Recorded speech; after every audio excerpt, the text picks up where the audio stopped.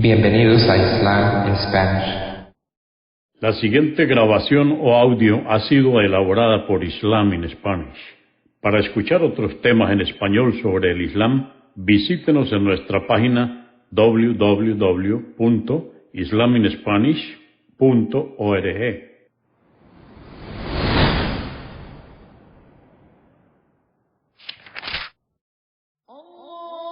Bismillah ar-Rahman ir-Rahim.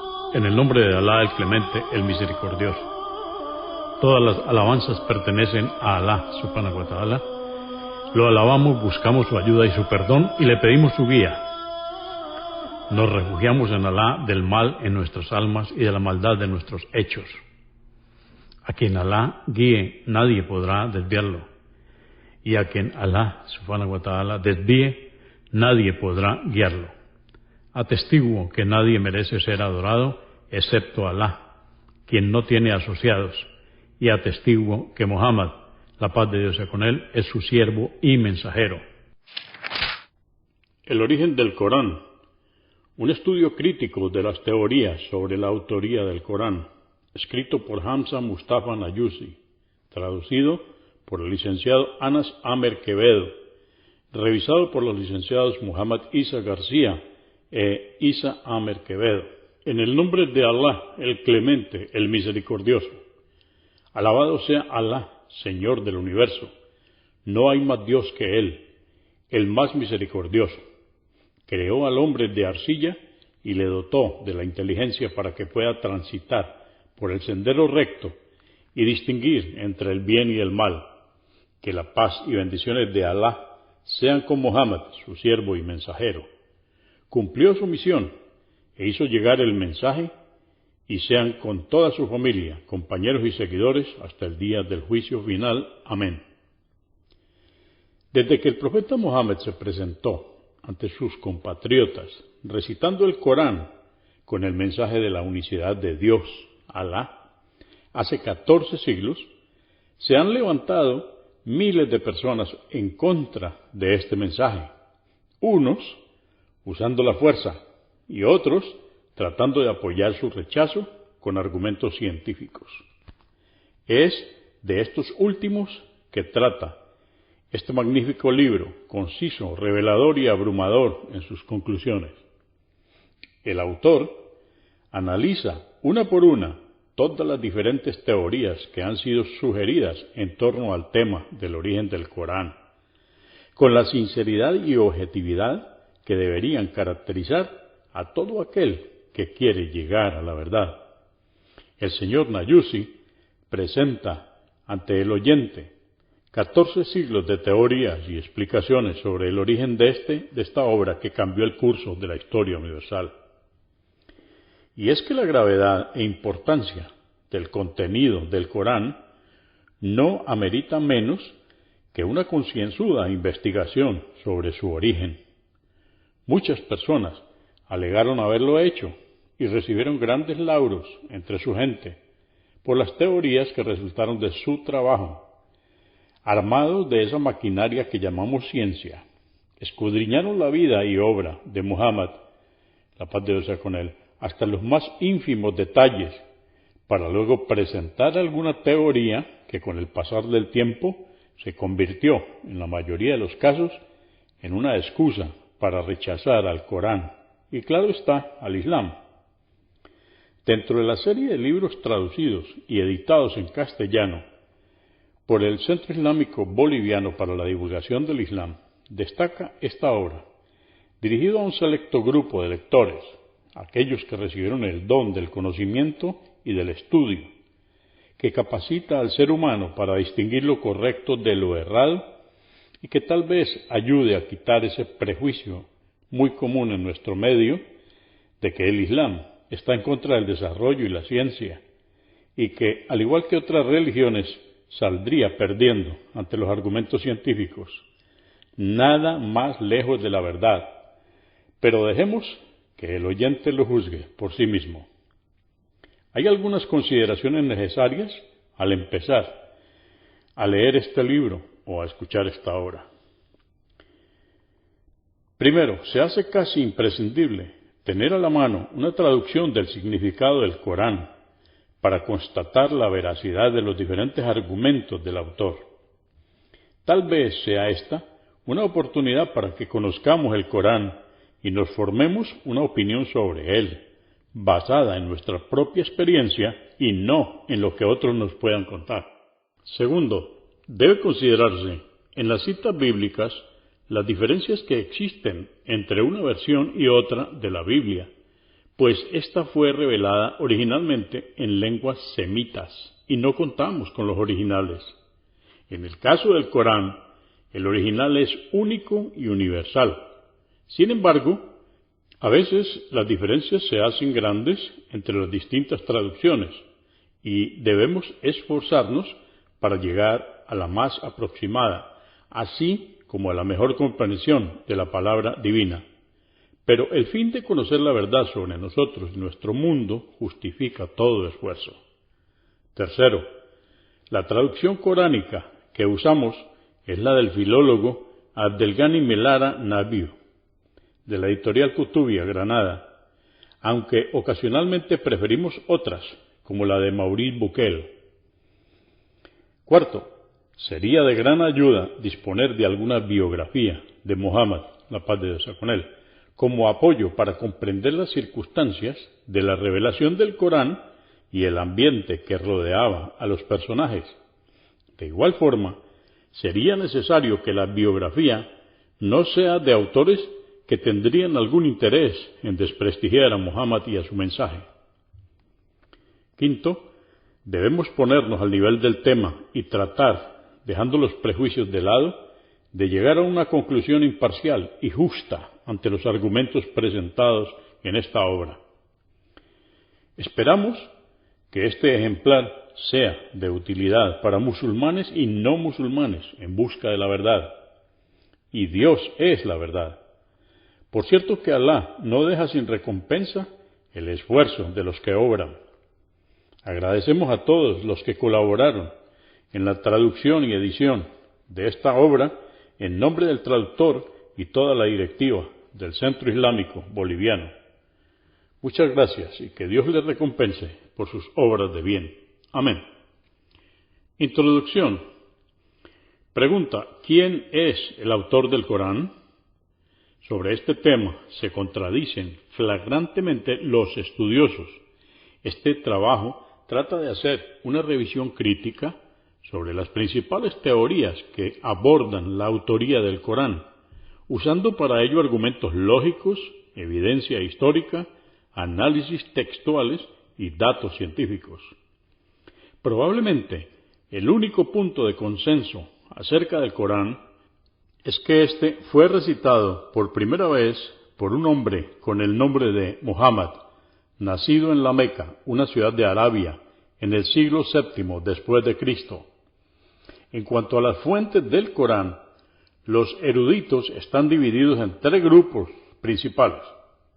Aquellos que creen que Muhammad fue el autor del Corán.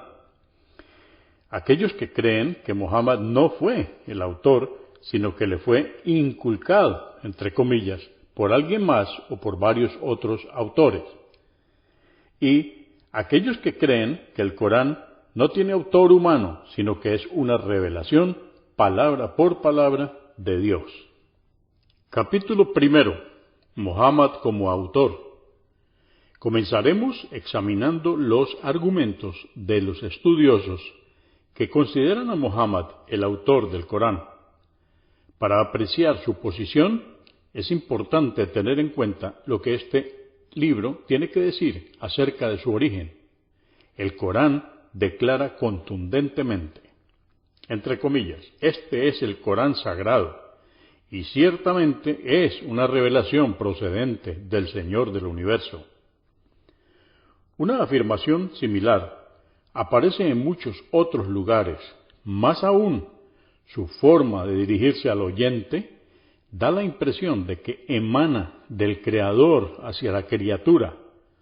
Todos los capítulos, excepto el número 9, comienzan con las siguientes palabras: en el nombre de Dios, el Clemente, el Misericordioso.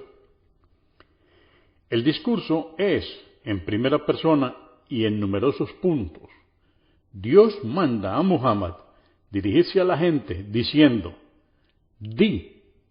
De hecho, esta orden aparece más de 332 veces en el Corán.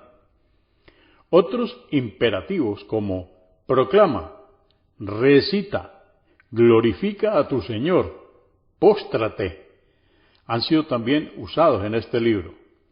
Aunque ya es una negación de cualquier autoría humana, afirmar que es una revelación divina, el Corán también hace la declaración categórica que ningún ser humano o genio pudo haberlo producido. Diles, si los hombres y los genios se unieran para hacer un Corán similar, no podrían lograrlo, aunque se ayudaran mutuamente. Además de esta afirmación de la revelación divina, más la enfática negación de un origen humano, el Corán mismo proporciona el método que serviría para probar su falsedad y refutarla.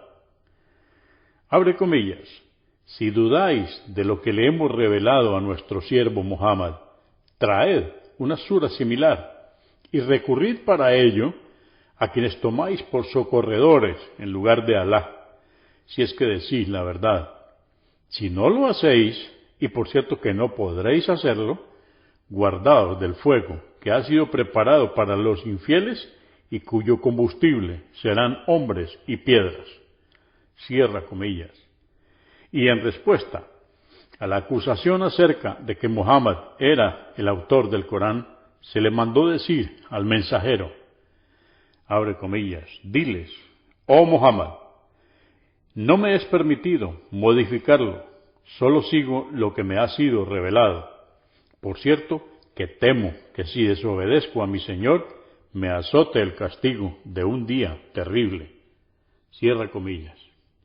También se les dice a los que criticaban a Muhammad que reflexionasen sobre el hecho de que él había vivido entre ellos por 40 años sin haber mostrado ninguna señal de grandes conocimientos, ni siquiera alguna inclinación por la poesía. Él era, de hecho, analfabeto. Entonces, ¿cómo podrían explicar que ahora él recitaba el Corán, que es incomparable en sublimidad? El mismo Corán, dirigiéndose a Muhammad, dice, y tú no sabías leer ningún tipo de escritura antes de que te fuera revelado el Corán, ni tampoco transcribirla con tu diestra, porque de haber sido así, hubieran podido sembrar dudas acerca de ti, los que inventan mentiras. Aparte de estas citas, Muhammad declaró en muchas ocasiones que él no era el autor del Corán, y a pesar de esto, cierto número de eruditos está convencido de que él lo hizo, implicando con ello que Muhammad mintió deliberadamente cuando atribuyó el Corán a Dios. Estos eruditos han atribuido diferentes motivos para este aparente engaño. Charles Hamilton, traductor de La Hidaya, un comentario sobre leyes islámicas, dice en el prefacio de su traducción, ¿quién fue el autor de esta extraordinaria combinación de declamación y preceptos?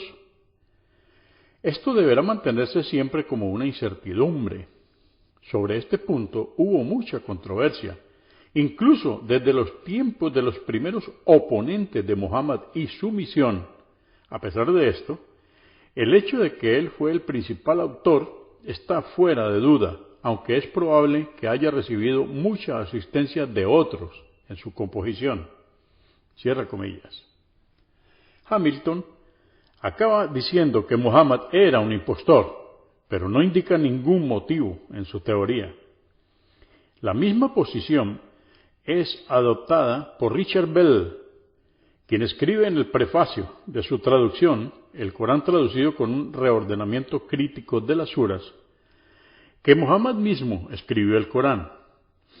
Por su parte, en su libro, Weber y el Islam, un estudio crítico, Brian S. Turner dice que Max Weber consideraba a Muhammad como un oportunista y que sus seguidores estaban motivados solamente por las perspectivas de botín y ganancias económicas.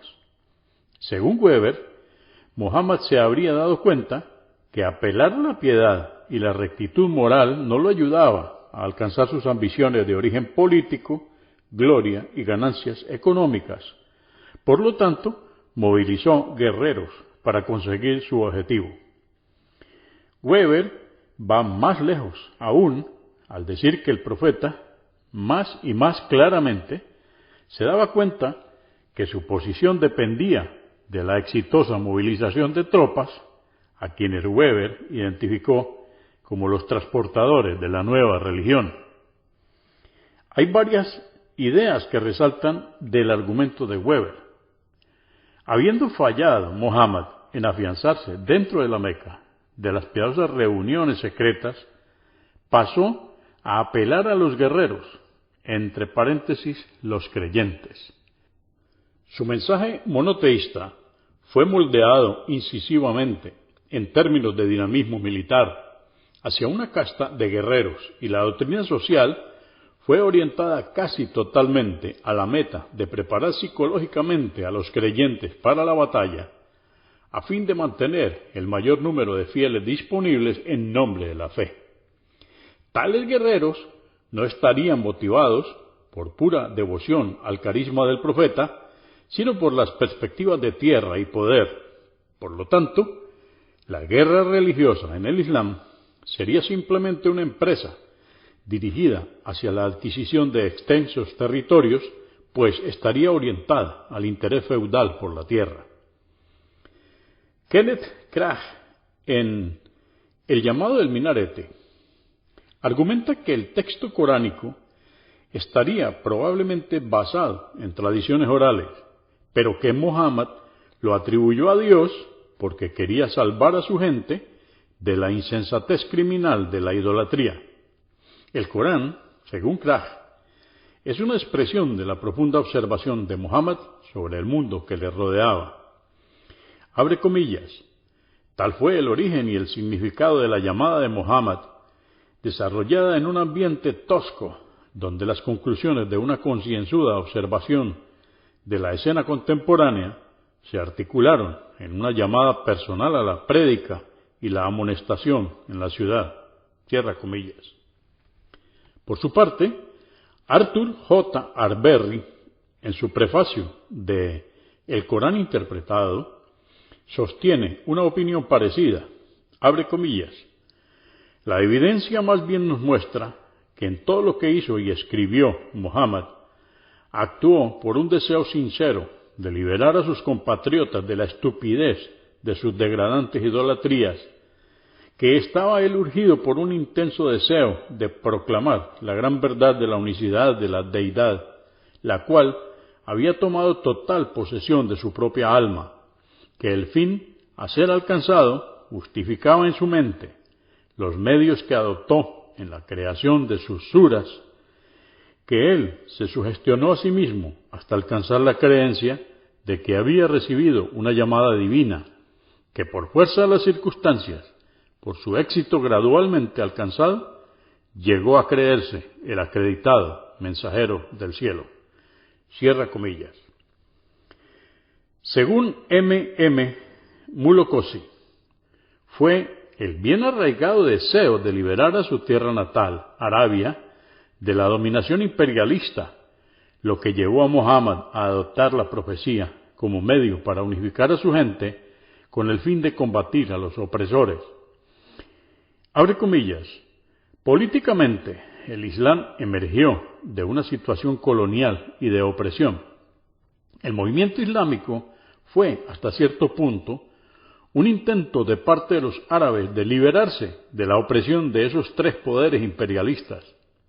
El rol del Islam sería, según lo dicho, el de fomentar un espíritu de nacionalismo entre los árabes y conducirlos a luchar contra sus opresores.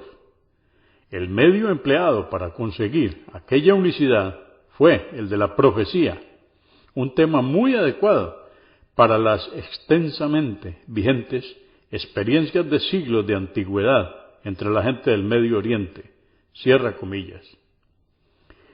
La Nueva Enciclopedia Católica también sugiere que la llamada profética de Mohammed fue tan solo un medio para la unificación.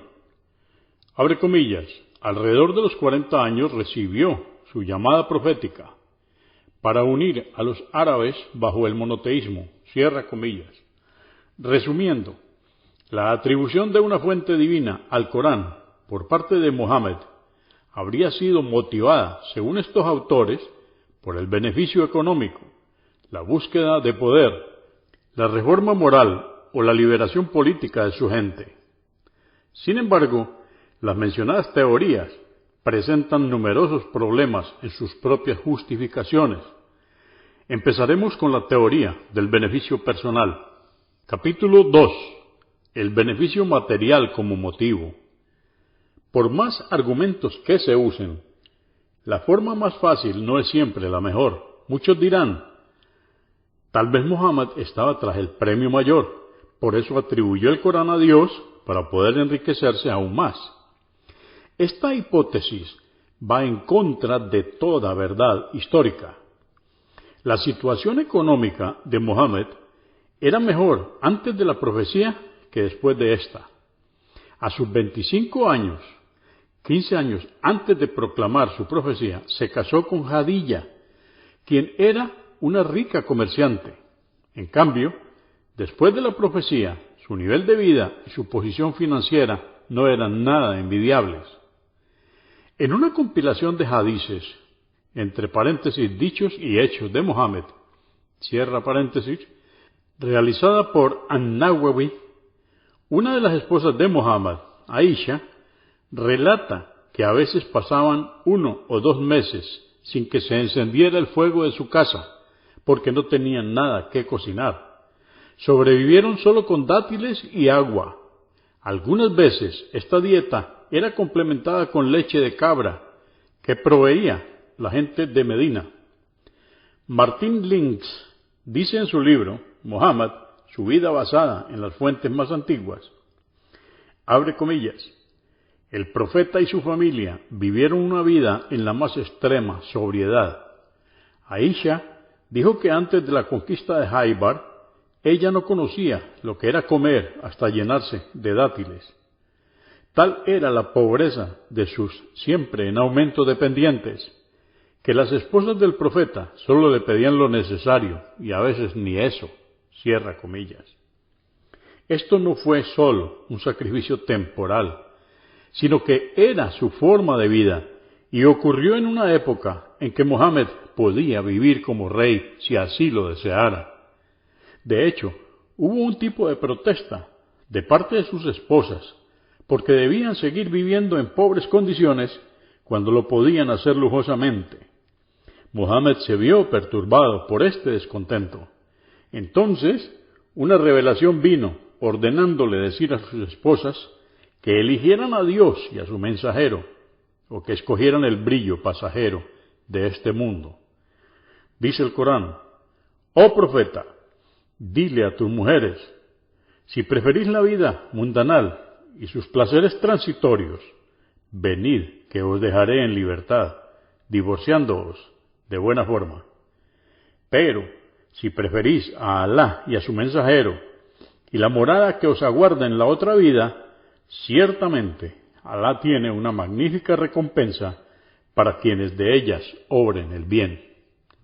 Esto está en el Corán, en el capítulo 33, versos 28 y 29. Dice Omar bin al-Hattab al describir la habitación de Mohammed, la paz de Dios sea con él. Noté que todo cuanto tenía en su cuarto eran tan solo 3 piezas de cuero curtido y en una esquina un puñado de cebada en el suelo.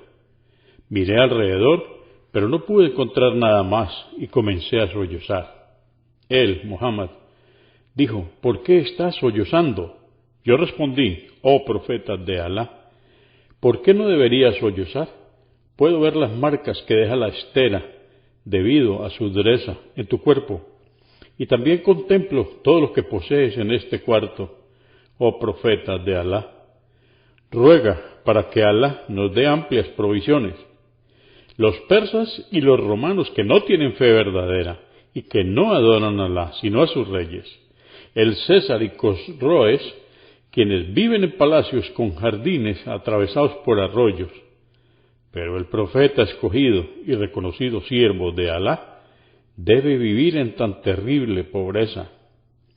El profeta estaba recostado, descansando contra su almohada, pero cuando me oyó hablar así, se sentó y dijo: «Oh, Omar, ¿aún dudas en cuanto a este asunto?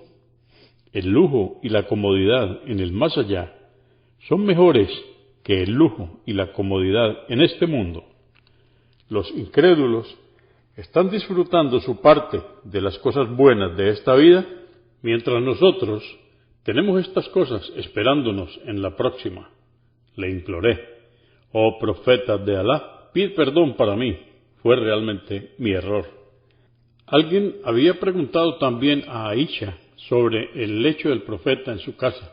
Su respuesta fue: «Está compuesto por cuero rellenado con tallos de palma datilera». Como vemos, las privaciones que pasaba Muhammad se las imponía él mismo. Cuando recibía un regalo, en una ocasión, recibió 4 camellos con sus cargas del jefe de Fidak. Él mismo lo distribuía entre los pobres y rechazaba quedarse con algo de él. Al morir, Muhammad no tenía un centavo. Tuvo 7 dinares en su posesión, pero días antes de fallecer los hizo distribuir entre los pobres, temiendo que fuera a olvidarlos. También se transmitió que en el momento de su muerte, y a pesar de todas sus victorias y logros, Muhammad, la paz de Dios sea con él, estaba endeudado, y su escudo estaba en manos de un ciudadano judío de Medina como garantía por su deuda. Hay muchas otras citas que muestran que Muhammad, la paz de Dios sea con él, vivió una vida extremadamente sobria desde el inicio de su apostolado hasta su muerte. Por lo tanto, la teoría de que Muhammad perseguía algún beneficio material está en contra de la evidencia histórica. Como observa la Nueva Enciclopedia Católica al decir: «Se ha dicho que la mera ganancia económica fue la inspiración para la revolución religiosa de Muhammad. Tal opinión no guarda relación alguna con los hechos tal como se los conoce». Capítulo 3.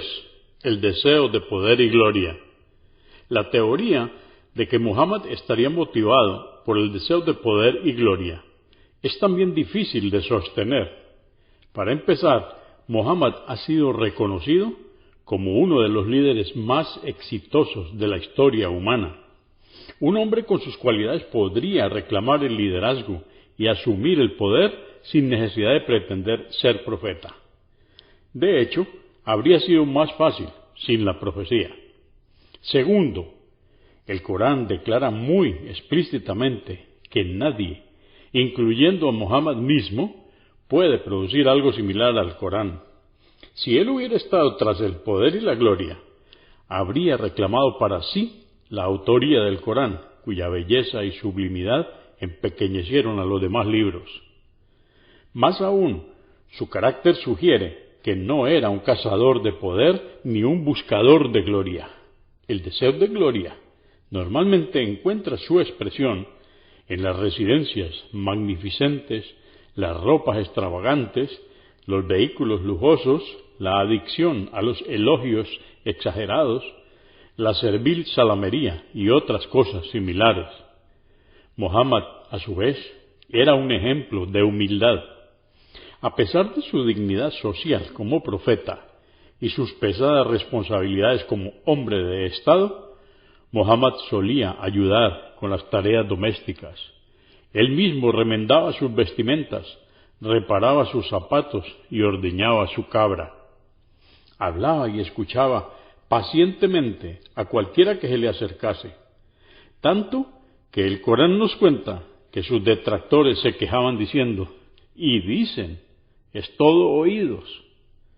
Esta cita está en el Corán, en el capítulo 9, verso 61.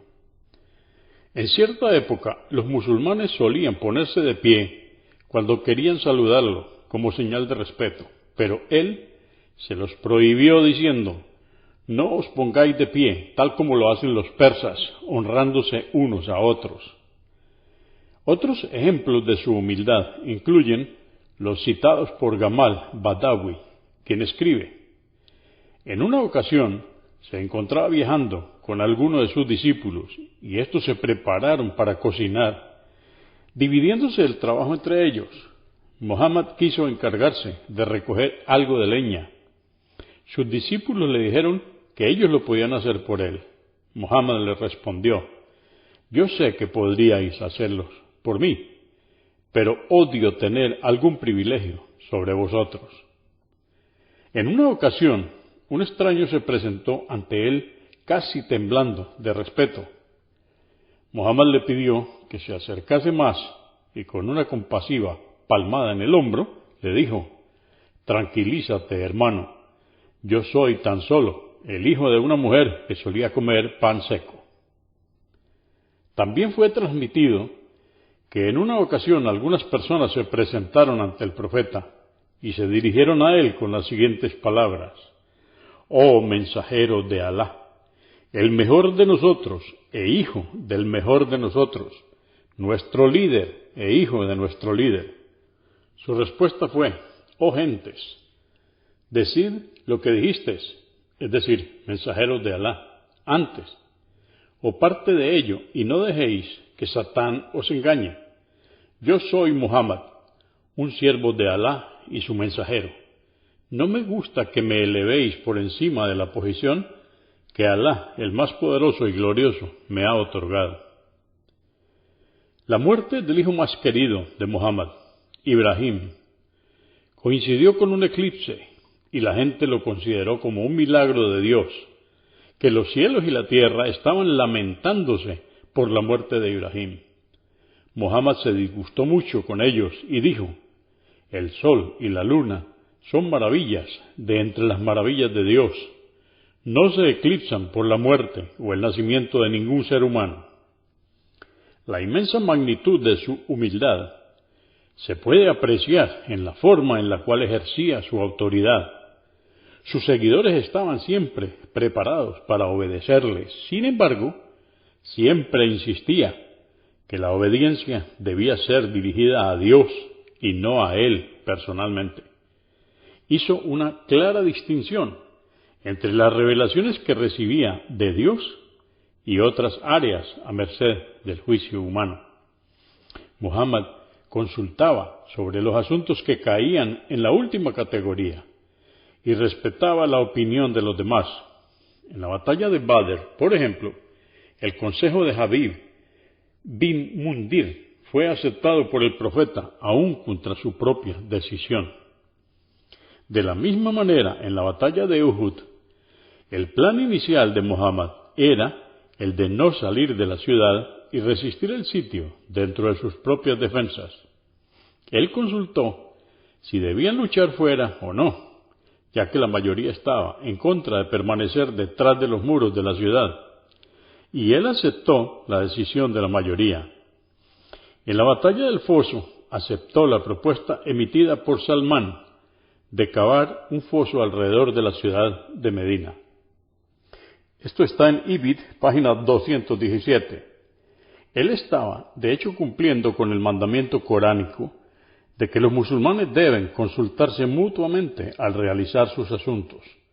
Ver el Corán en el capítulo 42, verso 38. Muhammad prohibió hacer de su tumba un lugar de adoración, diciendo: no hagáis de mi tumba un lugar de celebraciones. Y oró a su Señor: oh Señor mío, no dejes que mi tumba se convierta en un ídolo a ser adorado. Y advirtió categóricamente a los musulmanes que no le glorificaran exageradamente. No me glorifiquéis de la misma manera que los cristianos glorifican a Jesús, hijo de María. Más bien decid: él, Muhammad, es un siervo de Alá y su mensajero. Hasta el Corán advierte a las personas que no exageren al honrarse unos a otros. Aún más, hay muchas otras razones que complican la teoría de que Muhammad escribió el Corán para satisfacer sus ambiciones de poder y sus aspiraciones megalómanas. Entre ellas tenemos, primero, Muhammad hubiera naturalmente omitido del Corán aquellos versos que pudiesen perjudicar sus ambiciones, pero no lo hizo así. ¿Por qué debe ser él el autor de un libro que le ordenaba declarar a la gente que él no tenía ningún poder, que no tenía conocimiento de lo oculto, y que si él hubiese tenido tal poder, hubiera multiplicado sus bienes y ningún perjuicio le hubiera tocado?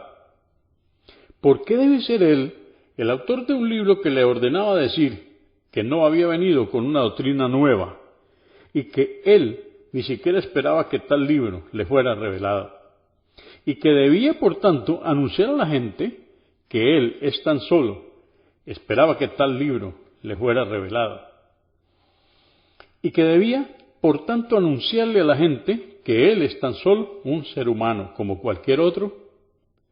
Si el deseo de poder hubiera motivado a Muhammad a componer intencionalmente el Corán, entonces se hace muy difícil explicar la existencia de los anteriores versos en este libro. Segundo, la reacción de Muhammad después de recibir la primera revelación indica que él no tenía ninguna aspiración secreta de poder. Después de sus experiencias en la cueva de Hirá, él se apresuró en llegar donde estaba su esposa, lleno de miedo y temblando como si tuviese fiebre, y pidió que lo cubriera con una manta. Después de que el miedo había pasado, él le relató todo lo acontecido y dijo: Hadilla, ¿qué es lo que me sucede?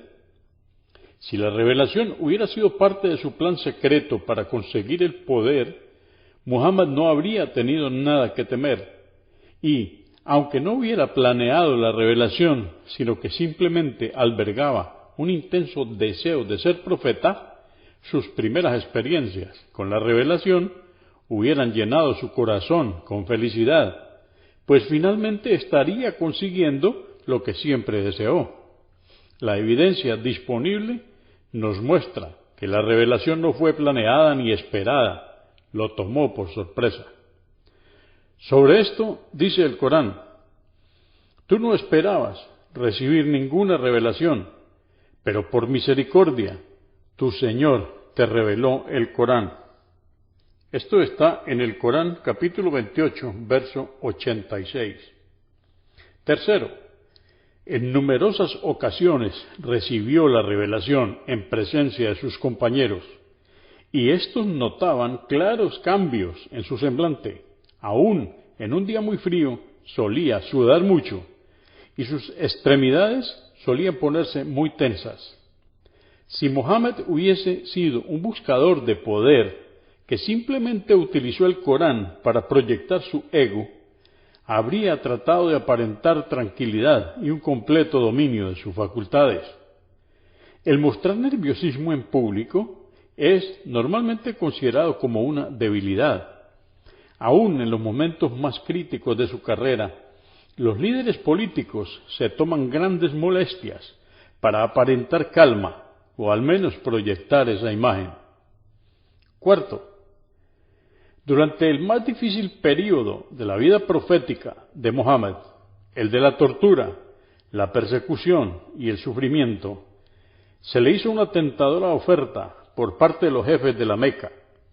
Muhammad debería poner fin a lo que ellos consideraban división de la gente y renunciar a su pretensión de que había un solo Dios universal. Fue Utbah bin Rabi a quien presentó la propuesta a Muhammad en los siguientes términos: hijo de mi hermano, tú eres, como sabes, un noble de la tribu y tu linaje te ha asegurado un lugar de honor. Ahora bien, has traído sobre tu gente un asunto de gran consternación, el cual ha enfrentado a la comunidad unos contra otros, y has declarado que su estilo de vida es estúpido. Has hablado vergonzosamente de sus dioses y de su adoración, y has llamado a sus antepasados incrédulos. Escucha pues lo que te propongo y ve si te parece aceptable. Si es riqueza lo que buscas, juntaremos entre nosotros una fortuna para ti de entre nuestros muchos bienes, para que seas el más rico de nosotros. Si es honor lo que buscas, te haremos nuestro soberano y no tomaremos ninguna decisión sin tu consentimiento. Y si lo que quieres es ser rey, te haremos nuestro rey. Y si no puedes deshacerte por ti mismo del espíritu que se te apareció, buscaremos a alguien que te cure y gastaremos nuestra fortuna hasta que se complete tu cura. Es interesante notar que de la anterior propuesta se hace claro que los Quraishíes, la tribu de Muhammad, habían especulado también sobre todos los motivos que los estudiosos modernos están imputando a Muhammad. En respuesta a esta proposición, Muhammad recitó los versos entre las aleyas 1 y 38 de la Sura 41, que le habían sido recientemente reveladas. He aquí los primeros 4 versos y los últimos 2 de la recitación. Ha, Mim, esta es la revelación del Clemente Misericordioso. Es un libro cuyos preceptos fueron detallados precisamente. Fue revelado el Corán en idioma árabe para que lo entiendan, que albricia a los creyentes que serán recompensados y advierte del castigo a los pecadores. Pero la mayoría de los hombres se apartó de la guía y no quieren oír. Entre sus signos están la noche y el día, el sol y la luna. Si realmente es a Él a quien adoráis, entonces no adoréis al sol ni a la luna, prosternándote ante ellos, sino adorad y prosternaos ante Alá solamente, pues es quien os ha creado. Pero si se ensoberbecen, rechazan adorar a Alá, sabed que los ángeles que están próximos a su Señor le glorifican por la noche y el día, y no se cansan de ello. Esto está en el Corán, en el capítulo 41, versos 1 al 4, y en el capítulo 37, 38. Utbah quedó convencido de que Muhammad era un profeta de Dios. Sus amigos paganos le ridiculizaron por haber sido embrujado con la recitación de Muhammad. El punto aquí es que si Muhammad compuso el Corán para conseguir riquezas y poder, no pudo haber recibido una mejor oferta. ¿Por qué la rechazó? Capítulo 4. Unidad y liberación de los árabes. La teoría de que Muhammad habría escrito el Corán para unir y liberar a los árabes es muy difícil de sostener, por las siguientes razones.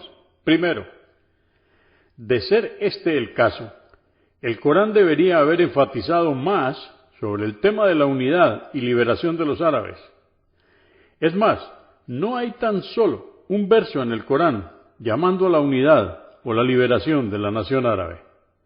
Si asumimos que Muhammad era el autor del Corán, entonces debemos reconocer que su motivo no era el de unir a los árabes, o por lo menos que este motivo no se refleja en el Corán.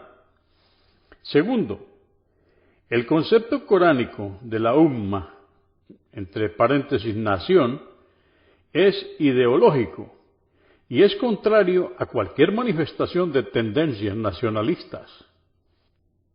Este concepto está basado en la separación entre la verdad y la falsedad. Cualquiera que acepte esta diferenciación es miembro de la umma, sin importar su nación, raza, color o lazos sanguíneos. En la práctica, esto a veces significa el distanciamiento entre padres e hijos. Fue por causa de la marcada división que esta ideología causó en la nación árabe que Utbah bin Rabi presentara a Muhammad la propuesta mencionada en el capítulo anterior. La unidad que prevaleció en Arabia después del triunfo del Islam era puramente ideológica y este tipo de unidad es fuertemente alentada por el Corán. Ver esto en el Corán, capítulo 61, verso 4, capítulo 3, verso 103.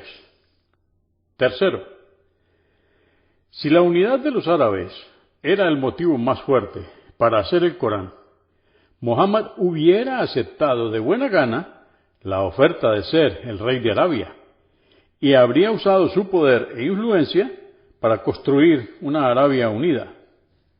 Cuarto, hay algunos versos en el Corán que evidentemente contradicen la teoría del nacionalismo árabe como motivo de Muhammad para escribir el Corán.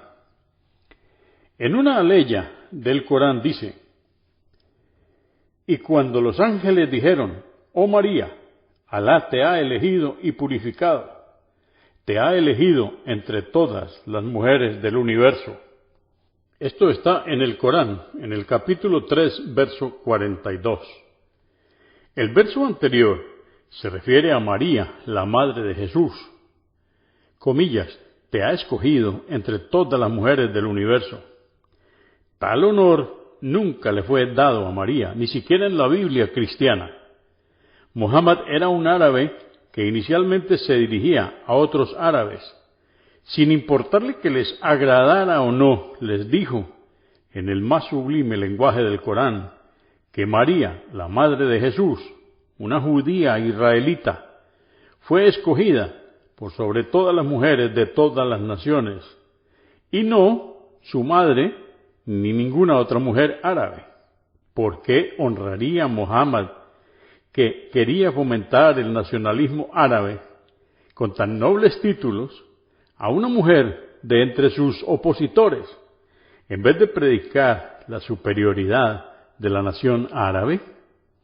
¿Por qué a una judía que pertenecía a una raza hostil, que desprecia a los árabes considerándolos una raza inferior? Otra prueba que la teoría de la unidad de los árabes en el Corán es incapaz de explicar satisfactoriamente se encuentra en el siguiente verso: oh hijos de Israel, recordad las mercedes con las que os agracié y cómo os distinguí entre vuestros contemporáneos. Esto está en el Corán, en el capítulo 2, verso 47. Con esta prueba vemos que es inconcebible, por ejemplo, que un recalcitrante extremista negro deba recurrir a alabar a los blancos para avivar el orgullo de la gente negra por su raza. Capítulo 5. La reforma moral. En vista de las anteriores dificultades, algunos estudiosos han propuesto la reforma moral como el motivo probable por el cual Muhammad habría compuesto el Corán. Pero también la teoría de la reforma moral presenta serios problemas. Primero, una reforma moral es un noble objetivo que puede ser alcanzado sin necesidad de recurrir a lo inmoral, como son el engaño y las mentiras. La razón por la cual Muhammad elegiría medios inmorales para construir una sociedad con valores morales no es aclarada ni explicada por los proponentes de esta teoría. Segundo, el otro punto es que el Corán mismo aclara que mentir acerca de Dios es uno de los pecados más abominables. Entre comillas, no hay nadie más inicuo que quien inventa mentiras acerca de Alá o dice: he recibido una revelación, cuando en realidad no se le ha revelado nada. El verso citado dicta el más humillante castigo para los mentirosos.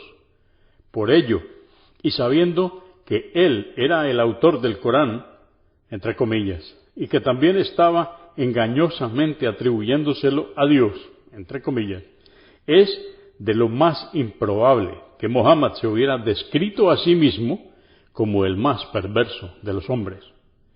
El temor a que su falsificación pudiera ser descubierta algún día lo habría inducido a modificar el verso anterior hacia algo como, entre comillas, no hay culpa en aquellos que, si es necesario, mienten por la causa de Dios. De hecho, San Pablo, por ejemplo, dice en Romanos capítulo 3, verso 7, pero si por mi mentira la verdad de Dios abundó para su gloria, ¿por qué aún soy juzgado como pecador? Tercero, Muhammad no presentó todo el Corán de una sola vez, sino que lo recitó en partes durante 23 años, y en aquel período había hecho una abierta y específica promesa de responder preguntas con relación a cualquier tema, entre comillas, pero si preguntáis sobre ellos cuando hayan sido revelados en el Corán, se os explicará. La gente aprovechó esta oportunidad para hacer una variada cantidad de preguntas que cubrían temas como, por ejemplo, el vino, los fuegos de Asad, la menstruación, los botines de guerra, el alma, o sobre las figuras históricas como Dul Qarnayn. Fue en respuesta a estas preguntas que el Corán menciona en por lo menos 15 sitios, entre comillas, ellos te preguntan, oh Muhammad, acerca de, cierra comillas, tales y tales asuntos. Di, son así y así. La dificultad que se da aquí estriba en que no había manera en que Muhammad supiera de antemano que las preguntas que había invitado a formular coincidirían perfectamente con sus motivos reformistas que lo llevaron a escribir el Corán, cierra comillas. Sería difícilmente recomendable para un presidente que quiere hablar de la situación alimenticia de su país que llame a una conferencia de prensa e invite a los periodistas a formularle cualquier tipo de pregunta. Podrían escoger preguntas sobre prisioneros políticos. Cuarto, otra dificultad que se presenta contra la teoría de la reforma moral es el hecho de que Muhammad mismo es corregido por el Corán en varios puntos. Citaremos solo un ejemplo. Hamza, el tío del profeta, fue muerto en la batalla de Uhud por instigación de Hind, esposa de Abu Sufyan. Su cuerpo fue abierto y violentamente mutilado. Cuando el profeta vio lo que le hicieron, dijo, nunca antes había sentido tanta ira como la que siento ahora. Cuando Dios me dé aproximadamente la victoria sobre Quraysh, mutilaré a 30 de sus muertos. Pero poco después de esto vino la revelación. Comillas, si os agreden, responded del mismo modo que se os ha agredido, y no os excedáis. Pero si sois pacientes y perdonáis, será lo mejor para vosotros. Cierra comillas. Muhammad no solo no cumplió con su amenaza, sino que prohibió expresamente la mutilación tras las batallas. Quinto, hasta la simple suposición de que la reforma moral es el tema central del Corán es en sí incorrecta. Los principios morales son solo una parte del mensaje. Hay numerosos versos en el Corán que invitan al hombre a estudiar e investigar el universo. Comillas, diles, oh Muhammad, a quienes niegan la resurrección, transitad por la tierra y observad cómo Alá originó la creación. Esto está en el Corán, capítulo 29, verso 20. Otras referencias incluyen en el Corán el capítulo 12, verso 105, capítulo 2, verso 29, capítulo 38, verso 27 y capítulo 7, verso 185. La importancia que el Corán otorga al estudio del universo puede ser estimada por el siguiente hecho. Los versos de creencia y preceptos moral son 150, mientras que los versos sobre fenómenos naturales son 756. Finalmente, la simple sugerencia de que Muhammad había inventado conscientemente el Corán se torna inconsistente ante los registros disponibles acerca de su carácter. Aún antes de anunciar la profecía, Muhammad era conocido como el fiel, el confiable. No se le conocía que haya dicho una sola mentira, Y este hecho ha sido reconocido por sus propios enemigos. Por ejemplo, en los principios de su misión, él llamó a todo Quraysh al monte Safa. La gente se reunió allí y le preguntaron, ¿qué es lo que pasa? Él dijo, tan solo considerad esto. Si yo os dijera que hay un ejército acechando detrás de esta colina, ¿me creeríais? Dijeron, sí, tú eres el intachable y nunca te conocimos que hayas dicho ni alguna mentira. Su confiabilidad se demuestra también en el hecho de que en la noche de su emigración a Medina, mientras los conspiradores rodeaban su casa y antes de marcharse, Muhammad instruyó a Ali para que devolviera a los incrédulos los bienes que éstos le habían dado a guardar. Esto significa que, pese a que lo acusaban en público, sus enemigos le tenían tanta confianza dentro de sus corazones que le confiaban sus cosas de valor. En vista de las mencionadas evidencias, en especial su impecable sinceridad, algunos estudiosos rechazan la idea de que Muhammad había inventado el Corán conscientemente y en vez de eso postulan la teoría de que Muhammad produjo el Corán, entre comillas, inconscientemente. Capítulo 6. La fabricación inconsciente. Esta teoría está probablemente basada en los siguientes dos hadices. Hadices son los dichos y hechos de Muhammad, que describen el estado en que el profeta se ponía en el momento de recibir la revelación y cómo empezó la inspiración divina. Estos dos hadices fueron narrados por su esposa Aisha.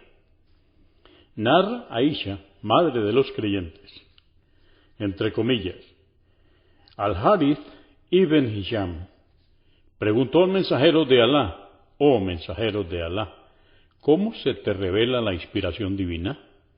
El mensajero de Alá respondió, algunas veces es como el tintineo de una campana. Esta forma de inspiración es la más dura de todas. ¿Qué pasa después de que he asimilado la revelación? Algunas veces el ángel viene a mí con forma de hombre y me habla, y yo asimilo cualquier cosa que él me dice. Aisha añadió, ciertamente que vi al profeta mientras le descendía la revelación divina en un día muy frío. Noté el sudor bajando por su frente cuando la inspiración terminaba. En otro hadiz dice, narró Aisha, madre de los creyentes, el comienzo de la inspiración divina al mensajero de Alá fue en la forma de sueños agradables que se hacían realidad como la luz de un día brillante. Después le fue otorgado el amor a la reclusión. Solía ir a recluirse en la cueva de Hirá, donde adoraba solo a Alá continuamente por varios días antes de desear volver junto a su familia.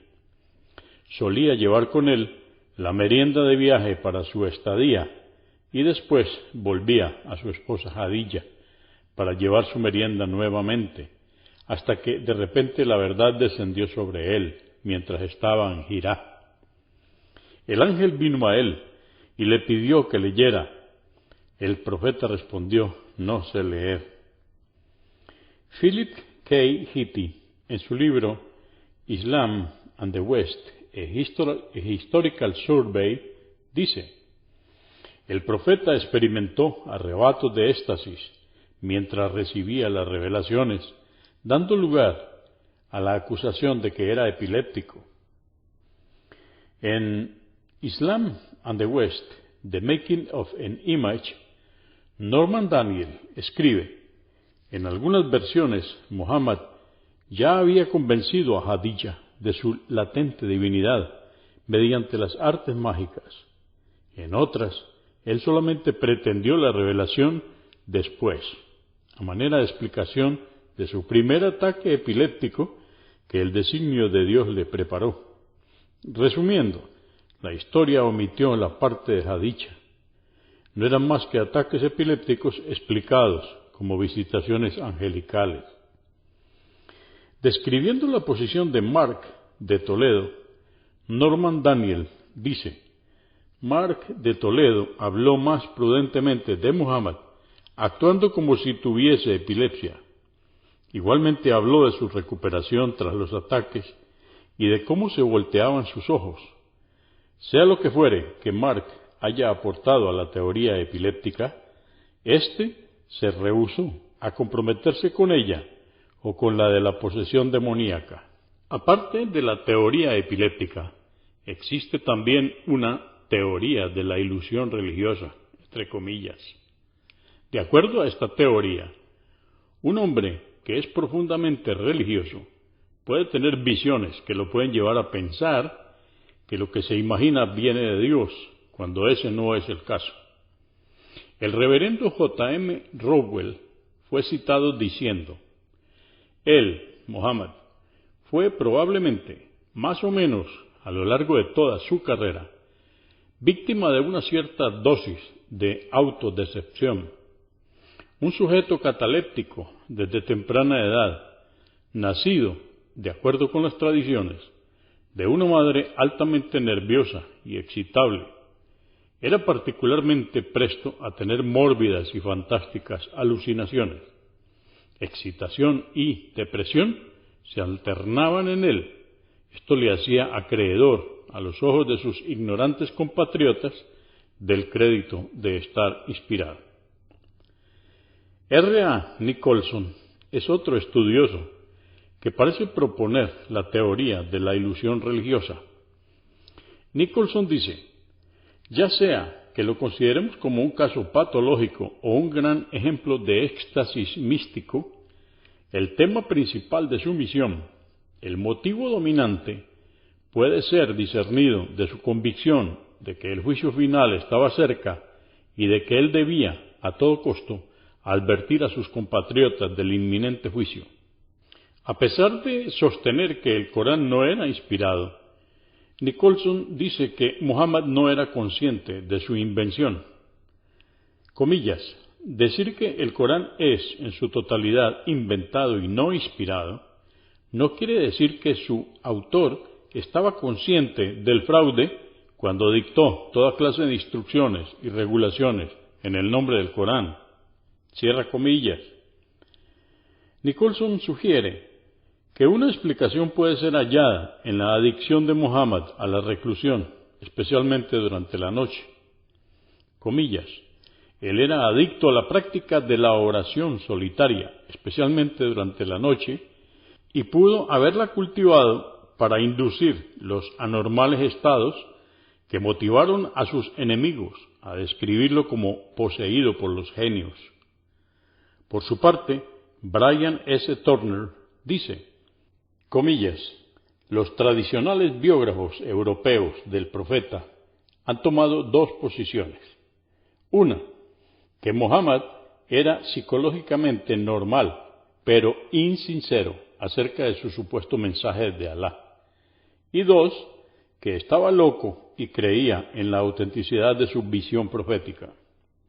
Sea como fuera, Robinson, un ateo declarado, llegó con una teoría que pensó podría salvar a Muhammad de las acusaciones de hipocresía y locura.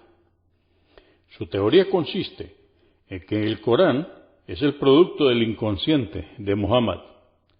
No es una revelación divina, sino que es una recreación inconsciente de experiencias pasadas y conocimientos de los que Muhammad se había apropiado equivocadamente. En resumen, hay tres variaciones principales en esta teoría.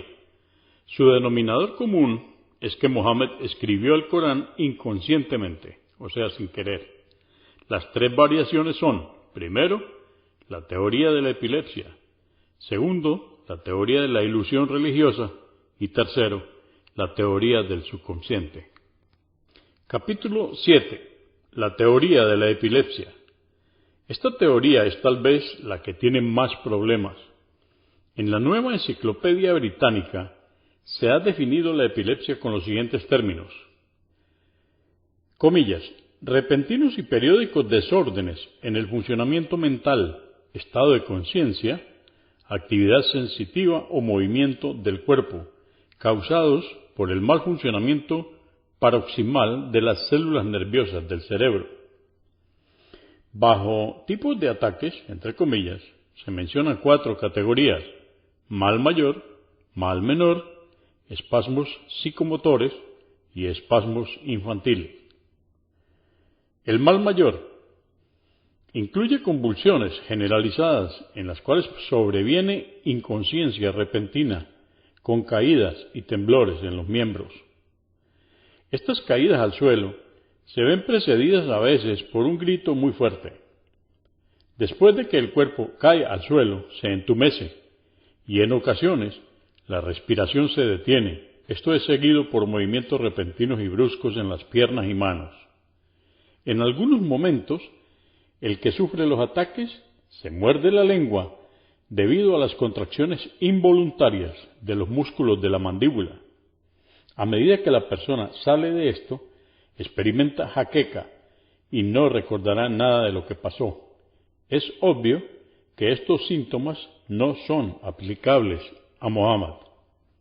El mal menor incluye lapsos momentáneos de conciencia y más del 70% de los pacientes tienen los primeros ataques antes de cumplidos los 20 años. En esta epilepsia menor no hay movimientos involuntarios y puede, por lo tanto, ocurrir muchas veces en un solo día sin interrupción de la conciencia. Es bastante difícil que el mal menor pueda ser relacionado con las revelaciones de Muhammad. La revelación le llegó a los 40 años y duraba varios minutos, a diferencia de los lapsos momentáneos del mal menor. Peor aún, la revelación nunca pasaría desapercibida. Los ataques psicomotor y focal, entre paréntesis también llamados epilepsia jacksoniana, cierra paréntesis, suelen involucrar convulsiones generalizadas. Entre comillas dice, el primer arrebato focal se manifiesta mediante movimientos localizados o sensaciones de una parte del cuerpo, o por advertencias subjetivamente experimentadas llamadas auras, que suelen durar desde una fracción de segundo hasta pocos segundos.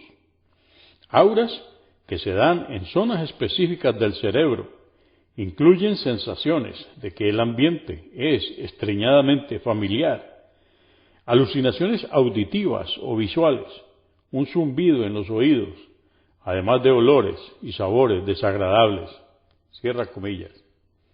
Nuevamente, estos ataques psicomotores no tienen nada en común con la revelación de Muhammad. Más aún, el Corán recitado por Muhammad se encuentra a mano hoy en día y tras examinarlo no parece los extraños gritos y balbuceos de un epiléptico. Puede que haya otras formas de epilepsia aún no conocidas por la ciencia, pero aún en ese caso se tratarían de una enfermedad y afectarían por lo tanto sus facultades mentales, dejándole incapaz de controlar sus pensamientos. Pero cada vez que Muhammad recibía una revelación, se encontraba en completo control de sí mismo y era totalmente capaz de recordar todo posteriormente y de hacerlo registrar respectivamente.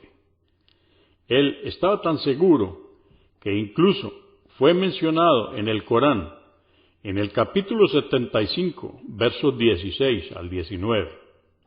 De hecho, el Corán es tan fácil de recordar que si se reúne un grupo cualquiera de musulmanes sinceros, les es posible repetir lo que han memorizado del Corán y recopilarlo.